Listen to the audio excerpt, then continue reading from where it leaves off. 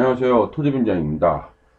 이번 시간에는 지난 시간에 농지대장 실무를 5번까지 했나요? 5번까지 하고 멈췄습니다. 너무 길어지면 너무 집중력이 떨어져서 20분 내로 늘 하려고 합니다. 20분도 길다고 하는데 그렇다고 10분으로 하기에는 또 제가 전달하는 양이 또 적더라고요. 20분 정도는 해야 그래도 한강을 들 때마다 좀 내용이 충실하고 좀 기억도 나고 연관성도 있게 보입니다. 그래서 제가 10분에서 10분짜리도 있을 수 있겠죠. 또 짧게도. 근데 보통 20분 내외로 이거 준비를 하려고 합니다. 20분 정도는 그래도 우리가 이동할 때라든지 집중할 수 있는 시간은 될 것 같아요. 겠죠? 지난 시간에 농대장 실무는 이 정도 알아야 된다고 했습니다. 이렇게 알아야 된다 쭉 했는데 그 5번까지 정도로 하고 5번인가요? 그 3번, 4번 하고 언제 작성해야 되는지 여기까지 했죠. 이렇게 6번부터 이제 해보겠습니다. 이렇게 보면은 뭐라고 하냐면 상속이 완료되지 않았어요. 이때 농지대장 작성을 언제 하냐? 그럴 수 있잖아요. 상속은 또 오래 걸리잖아요. 민법상 상속인에게 지분만큼 농지대장 작성이 가능한 거죠.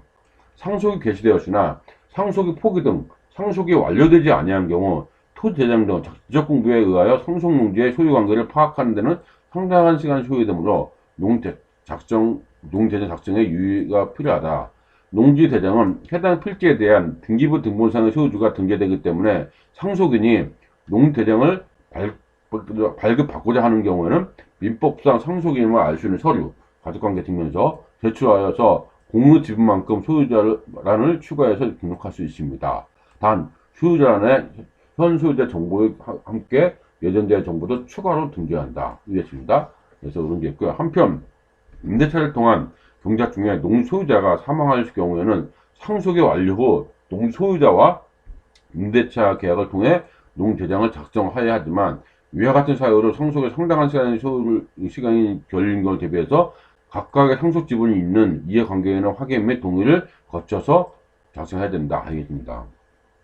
상속이 복잡하죠? 복잡합니다. 그래서 이거는 뭐 우리가 실무적으로 보면 어떻게 합니까? 상속 같은 경우는 담당을 찾아가서 상속이 이렇게 되겠죠? 이만저만 하다 어떻게 해야 되냐 물어보면 알려줄 겁니다. 우리는 그렇게 알고 있으면 될 겁니다. 이거를 굳이 우리가 상속을 미리 준비하고 하는 것보다는 그때 그 지혜가 필요할 겁니다. 이렇게 했죠? 임대차 계약을 해야 됩니다. 여기서 포인트는 뭡니까? 그 지분만큼 가능하다는 거. 요게 포인트로 보시면 될 것 같습니다. 이렇게 했고요. 7번에 보겠습니다. 임차하여 농업 경영에 종사하는 경우 농지대장 작성 방법은 임차했습니다. 농지대장 작성 대상은 소유주뿐이 아니라 임차인도 해당합니다. 이렇게 임차인도 해당한다 이 얘기입니다.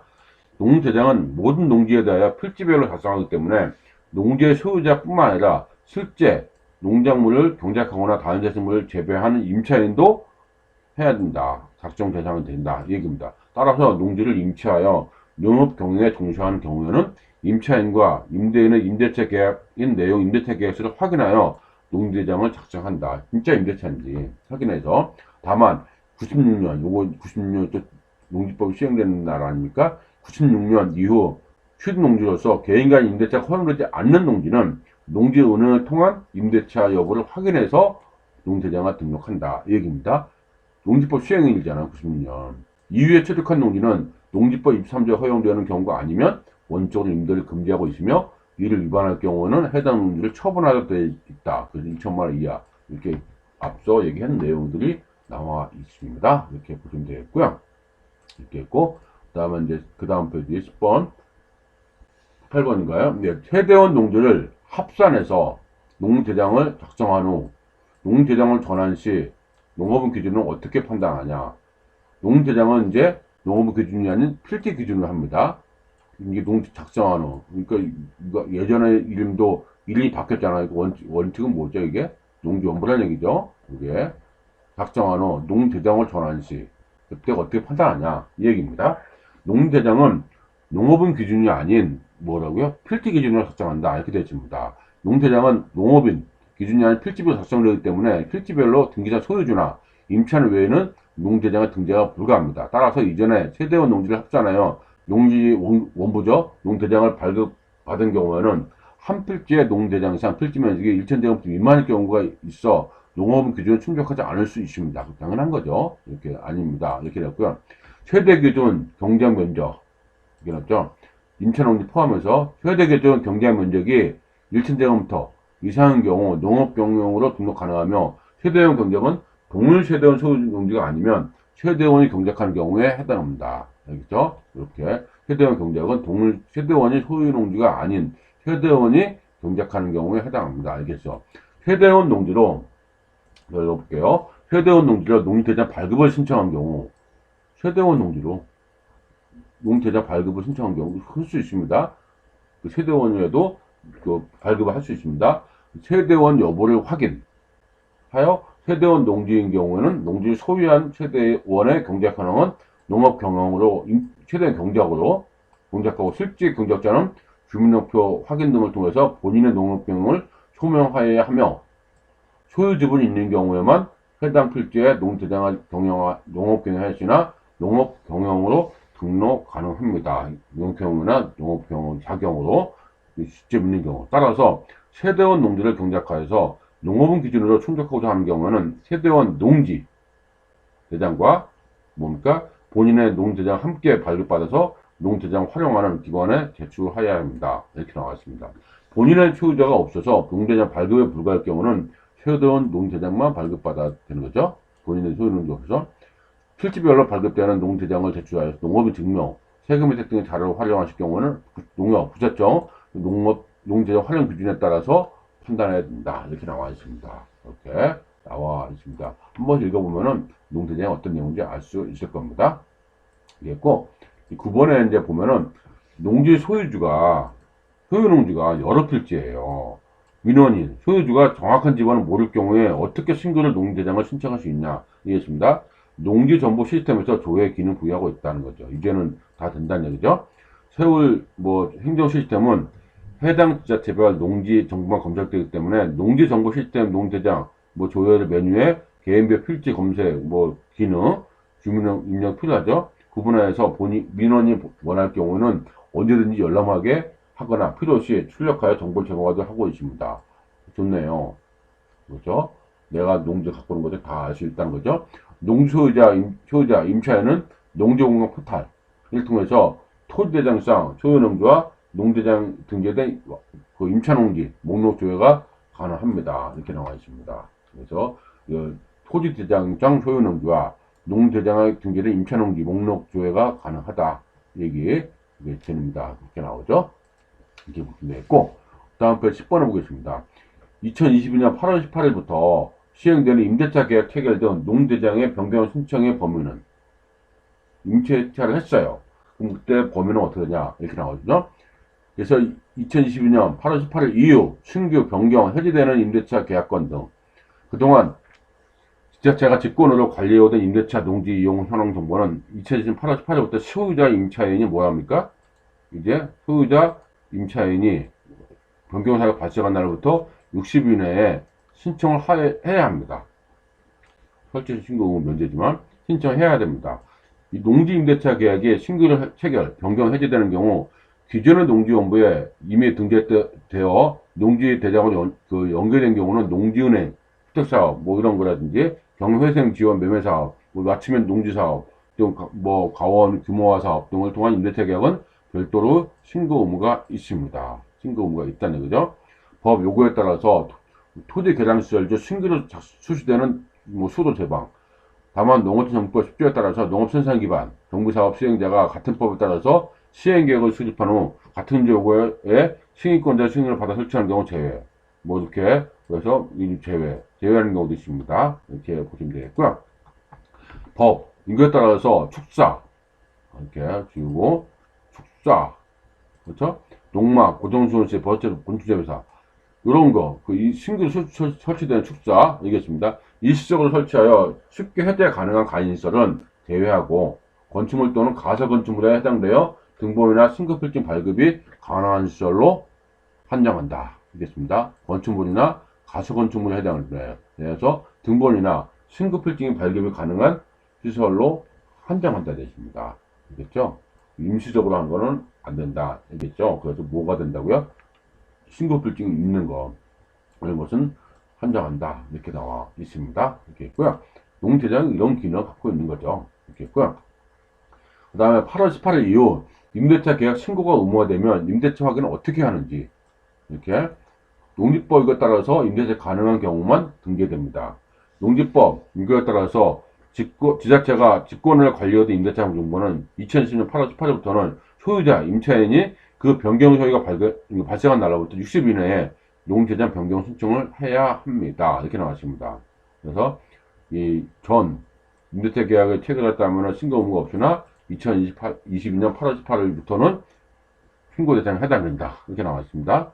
농지 임대차 계약의 신규로 체결, 변경 등 해제되는 경우는 기존의 농지원부에 이미 등기되어 농대장을 연계된 경우, 농지 임대 식탁사업, 경영회생 지원, 농지 매입 사업, 맞춤형 농지 지원 사업, 가원 규모 사업을 통한 임대차 계약은 별도로 신고 의무가 없어요.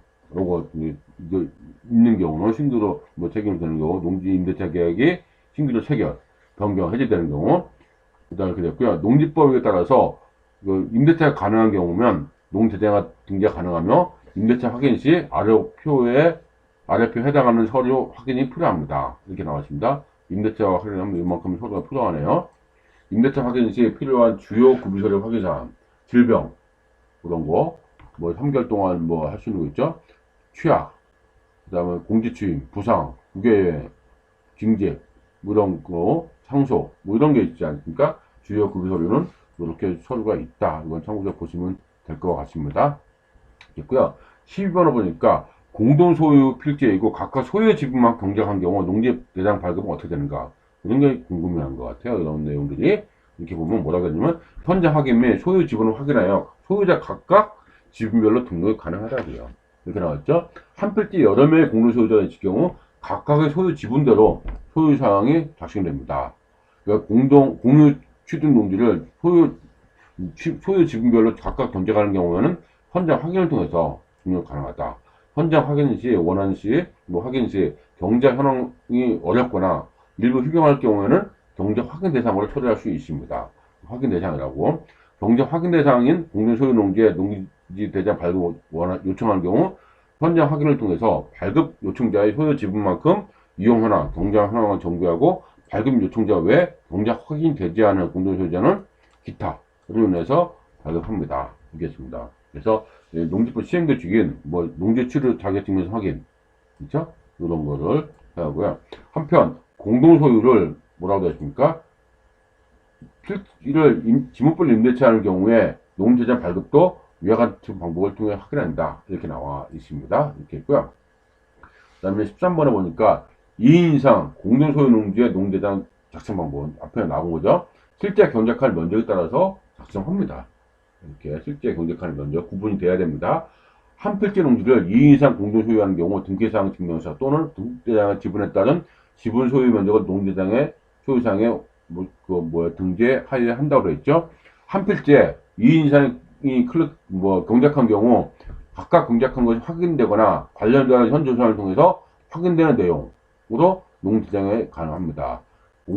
공동 소유하고 있으나 그중 한 사람의 전체 농지 실제 경작하는 경우는 지분에 따라서 소유 농지고 나머지 임차 농지 둘 다 구분해서 농지대장에 등재가 가능하다 이거죠. 임차 농지로 등재할 경우는 임대인과 임차인의 임대차 계약서가 있어야 되고요. 그래서 96년 1월 1일 이 취득한 농지는 요거에 따라서 원칙적으로 개인과 임대차를 허용하지 않으므로 취득시 이 합법성 여부를 반드시 확인하는 것이 중요하다. 이렇게 나와 있습니다. 14번 보겠습니다. 기존 농지원부에 등재되지 않은 필지는 농지대장을 어떻게 작성하냐? 토지대장을 기준 농지조사를 통해서 경작 현황 파악하고 등재한다. 이렇게 나왔습니다. 기존 농지원부에 등재되지 않은 필지에 대하여 한국농업정공사의 3개년 농지원부 미등재 농지조사를 지속적으로 추진하여 농지대장을 할 계획입니다. 완비한다. 2024년에 농지원부 미등재 농조사 사업을 통해서 조사된 농지는 지적도에 해당 지자체의 경제 현황 등을 확인하여 농지대장을 정비하게 됩니다. 이렇게 나왔습니다. 한국농업정공사와 농조사가 이루어지지 않은 필지에 농지대장 신규 작성 민원이 접수되는 경우 지자체에서 자체적으로 해당 농지의 등기사항 조회, 농지 소유자의 세원 조회, 현장 조사를 통해서 경제성을 확인 후 발급해야 됩니다. 이렇게 나와 있습니다. 까다로워 보여도 한 번씩 읽어보시면 어렵지 않을 겁니다. 자, 15번. 농한기, 경작 사실이 어려운 경우, 어떻게 하나, 이거는. 농업인이 농대장 등본을 요청할 경우에는 농지의 실태조사 결과 각종 직불제 신청 등 관련 자료, 인근 주민의 확인 등을 통해서 경작성의 의무를 여부를 확인하여 발급할 수 있다는 거죠. 직접 답사하고 와야 된다는 얘기죠. 그렇죠? 특히 농한기의 새로 농지를 소유한 경우에는 농지 취득 자격 증명 신청 시 제출하는 농업 경영 계획 등의 뭐 이렇게 농원계 뭐 새로 이렇게 등 관련 자료 해당 필지의 농업 경영 횟수 여부 뭐 이행 여부 등을 확인하여 발급합니다. 그래서 농원기에 새로 농지를 소유하는 경우는 해당 필지의 농업 경영 착수 확인이 어려운 경우 경작 현황을 휴경으로 기재하여 발급하고 경작 재배 등 경작 사실 확인서 가능해지면 다시 정비해야 된다. 이 얘기입니다. 추가적으로도 언제든지 정비해서 갈 수 있다. 이 얘기죠. 됐고요. 다음 페이지 이제 보면 16페이지 보겠습니다. 16번.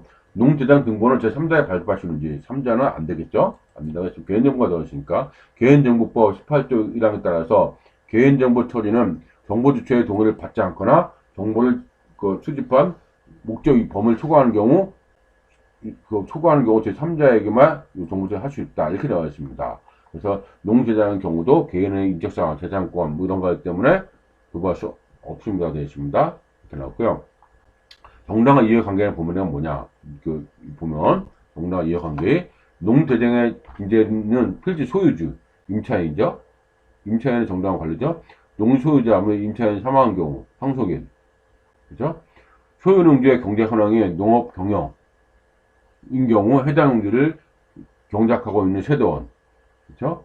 그다음에 소유자가 농업인, 준농업인, 뭐 이렇게 대표자 위임을 받은 구성, 뭐 입증되어야 된다 이렇게 나왔습니다. 그래서 여기 보면은 정당한 이해관계에 대한 범위 다시 한번 있습니다. 이렇게 보시면 될 것 같고요.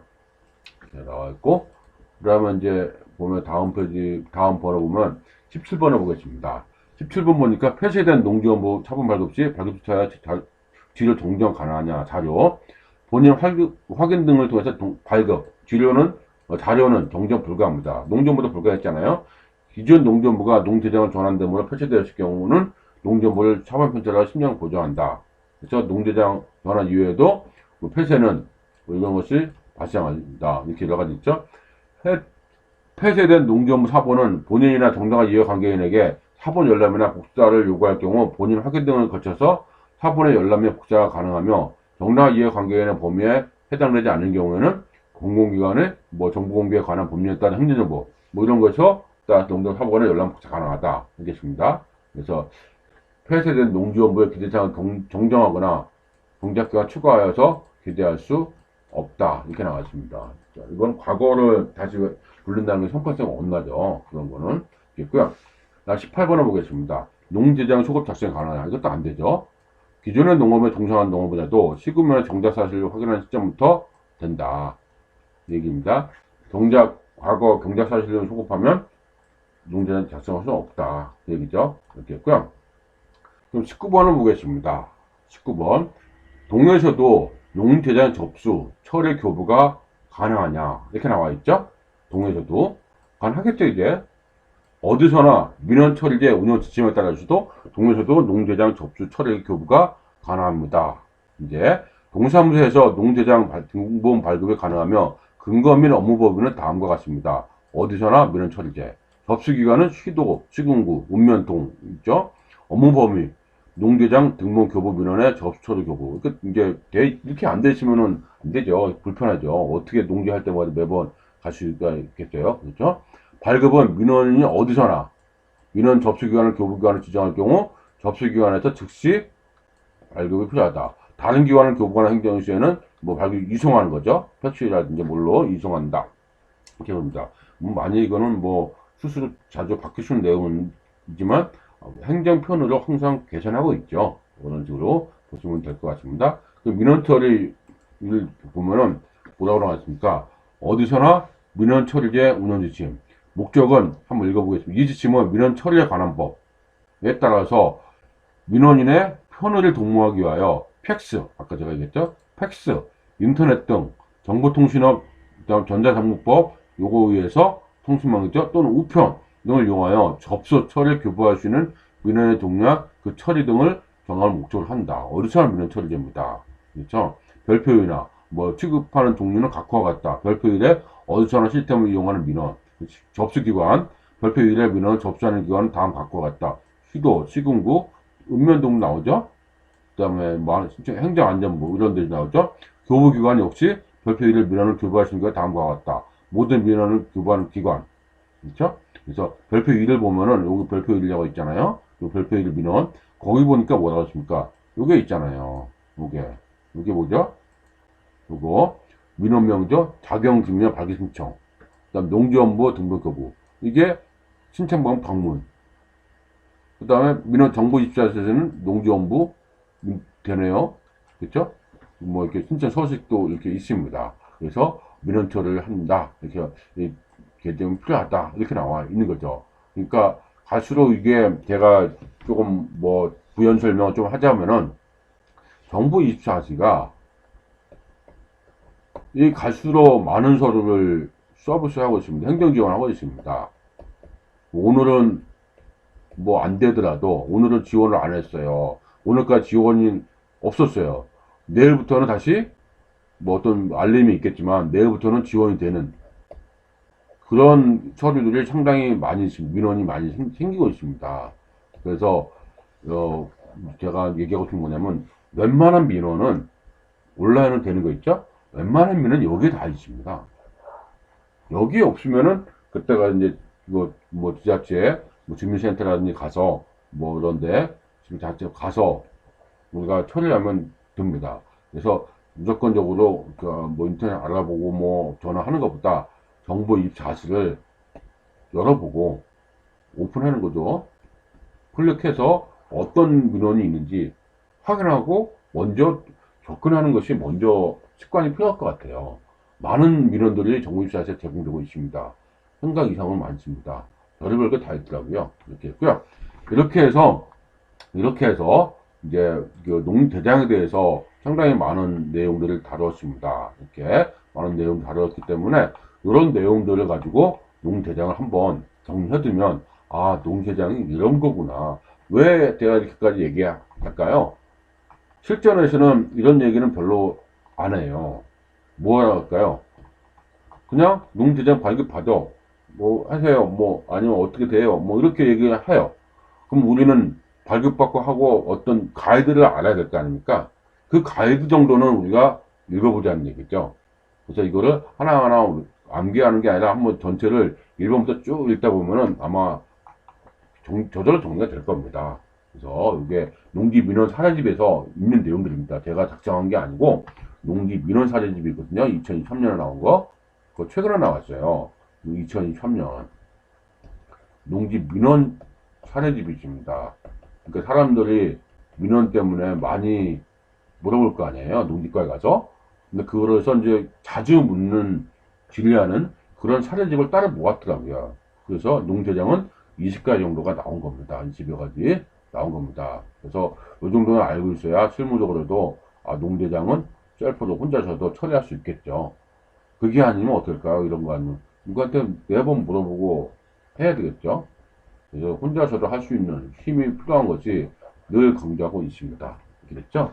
이번 시간은 지난 시간과 같이 농대장을 살펴봤는데 상당히 많은 내용이 있습니다. 그래서 자세하게 전체를 한 번씩 읽어보시고, 보시고 이제 듣고, 본 다음에 이제 어떻게 농대장을 어떻게 처리하면 될까. 그런 인사이트를 구축하면 되지 않나 싶습니다. 이상으로서 농지대장에 대해서 살펴보는 그런 시간이었습니다. 다음에 뵙겠습니다.